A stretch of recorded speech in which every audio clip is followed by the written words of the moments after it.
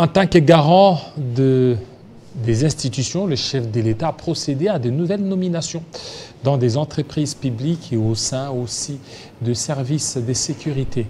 Au niveau de l'ANER, au niveau du Conseil national de sécurité, il y a de nouvelles têtes. Nous allons essayer d'en parler avec M. Héritier Ngachi. Bienvenue. Merci, M. David. Vous êtes cadre d'AFDC? Oui, cadre voilà. Et communicateur au sein de l'AFDC. Voilà, cadre et communicateur d'AFDC. Oui. Alors, comment vous aviez jugé toutes les nominations dans tous les services? D'entrée de jeu, je présente mes civilités au professeur Modeste Bahati, qui de plus en plus s'est d'impressionner les Congolais par son engagement à promouvoir la jeunesse et aussi à investir dans le développement du capital humain. Il venait d'offrir des bâtiments peints en neuf, une école EP Mwanda au niveau de la province du Nord Kivu. Là, c'est pour des fins électoralistes? Non, pas pour des fins électoralistes. Le professeur Modeste Bahati... Mais pourquoi il est fait maintenant alors il devait le faire bien avant? Non, il le fait dans le cadre de ses missions parlementaires. Vous savez qu'il est sénateur.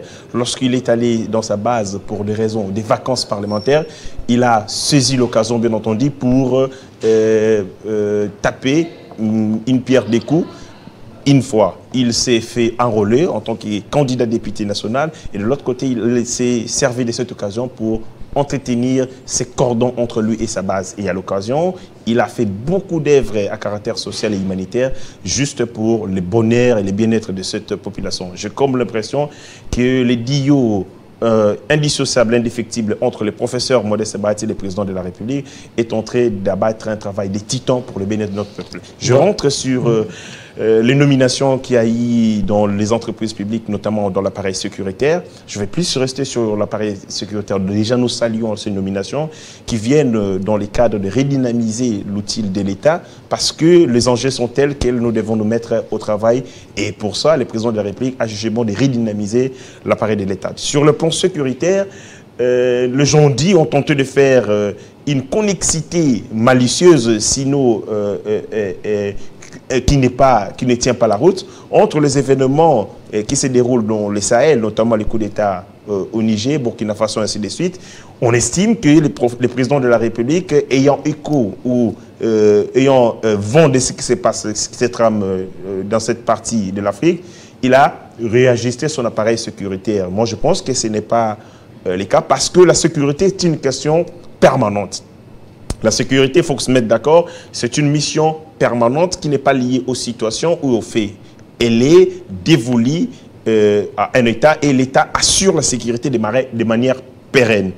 Pourquoi des nominations, notamment au niveau de l'appareil sécuritaire? Parce que la sécurité, c'est un intervalle entre, d'une part, les stratégies, les mécanismes légaux, d'une part, mis par l'État, et de l'autre côté, les stratégies et les mécanismes mis par les MAFRA.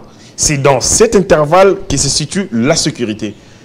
À chaque fois que l'État met en place des stratégies, les malfrats mettent de contre-stratégies pour arriver... Les malfrats, qui sont-ils? Les malfrats, ce sont des entités, des groupes, que ce soit sociaux, qui aussi interagissent parce que dans une société, seul l'État ne possède pas les monopoles de la violence, les monopoles de la violence légale. Mais il y a d'autres entités, d'autres groupes qui aussi exercent la violence, mais qui du reste n'est pas légale et n'est pas légitime. Et donc l'État met des mesures pour contrer, bien entendu, les stratégies de malfrats et en représailles et aussi mettre des contre-stratégies. Et dans cet intervalle que se situe la sécurité. Étant donné que c'est une mission permanente, il faut à tout prix, à chaque fois, réajuster. Parce que quand vous mettez des mesures, vous deviez les évaluer, voir leur portée, voir leur impact sur la société de manière générale et les réajuster à tout bout de champ. C'est comme ça que le président de la République avait jugé bon de procéder aux nominations. Vous avez le conseil spécial en matière de sécurité qui est enchevronné. Il a été le directeur de l'ancien ministre de l'Intérieur, Loumanou. Il a été... Jean-Louis Sambo. Jean-Louis Sambo, il était Dirkaba au ministère de l'Intérieur de il maîtrise ce secteur. Il maîtrise, c'est vraiment dans son domaine de prédilection, il a la maîtrise du secteur sécuritaire. Donc c'est un choix qui vient à qu'est-ce qui a milité pour qu'il soit nommé à ce poste? J'ai comme l'impression... ça relève du pouvoir discrétionnaire du chef de l'État.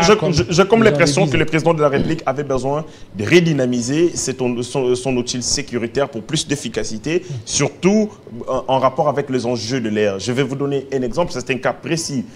Il y a un colonel de la police nationale congolaise qui s'appelle le colonel Patrick Kombe. Non, ne citez pas les noms. Je ne cite pas les noms. Un colonel de la police nationale congolaise qui était le secrétaire permanent de la commission en charge de le contrôle des armes en République démocratique du Congo. Il a abattu un travail de titan dans le cadre de plaidoyer pour la levée totale de l'embargo. Parce qu'il a été le premier de nous dire que le régime de notification était en réalité un embargo codifié. Et donc, il fallait que la République démocratique du Congo milite pour arriver à bout de cet embargo qui était codifié et camouflé en réalité. Et c'est comme ça qu'il a fait ses périples, le conseiller ainsi de suite.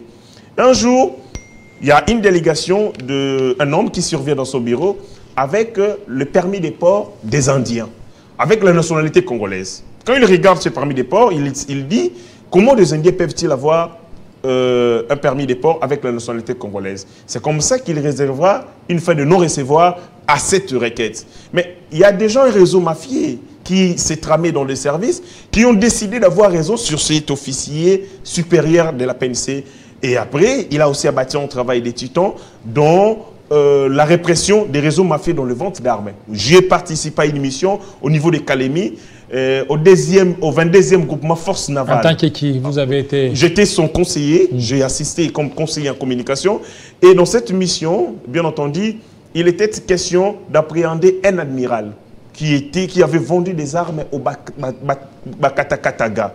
Et après ces missions, il est arrivé à mettre la main sur cet admiral. Il est maintenant à la prison centrale de Ndolo. Et donc, il n'est pas le seul qui, bien entendu, désarticule l'appareil sécuritaire avec des trahisons, les ventes d'armes.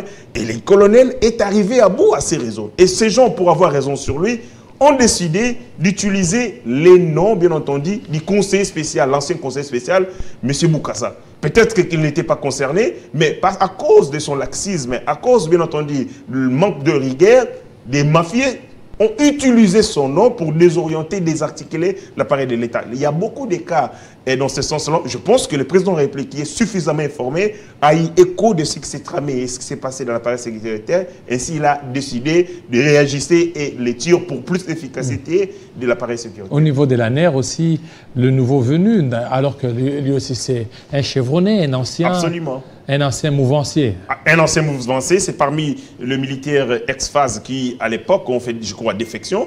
Il est cardiologue, il a été colonel. Urgentiste aussi, hein? Oui, urgentiste. Absolument, colonel.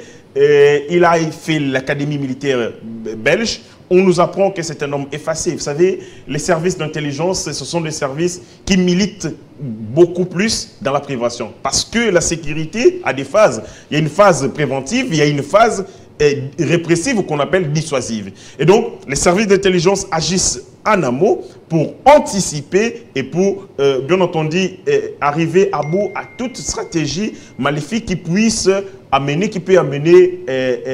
une atteinte à la sécurité. Et donc, il faut des gens effacés, des gens, je dirais, consciencieux, des gens suffisamment outillés à même de mener à bien cette mission. Et je pense que le choix porté sur la personne du colonel Lussadissou est un choix judicieux en ces moments, parce que c'est toujours la République démocratique du Congo qui crie qu'elle est objet de l'infiltration.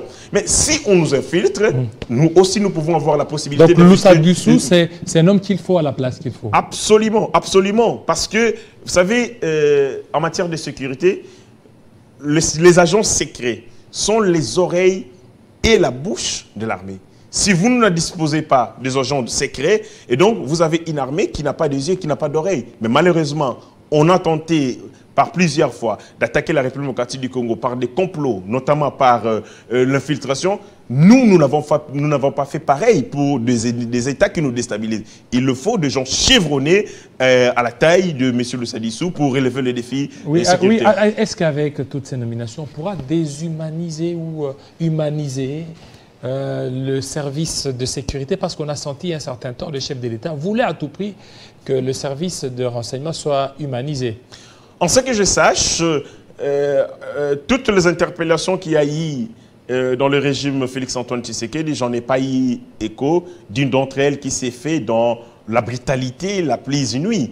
La brutalité, nous avons assisté. Il y a Salomon Escadella, il y a Jimmy Kitenge qui dit qu'il a été brutalisé, et les autres. Les cas sont légion par rapport à toutes les brutalités.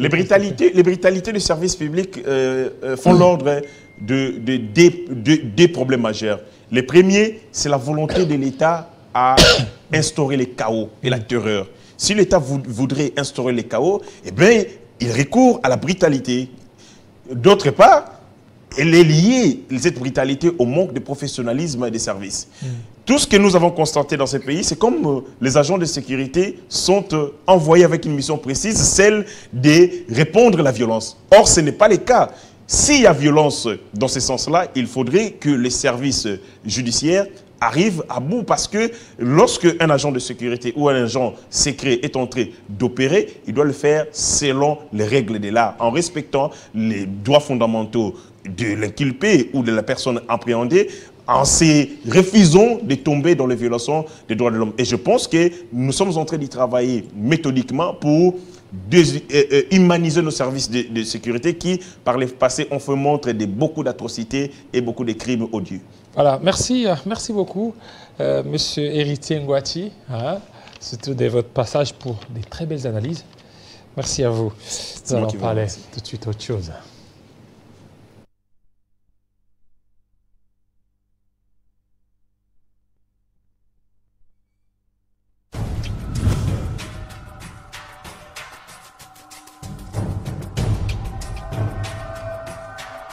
Télé 50, simplement congolais.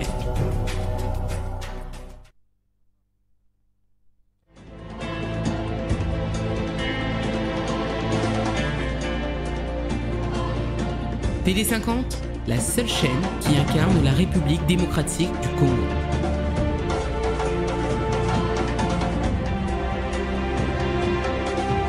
Télé 50, simplement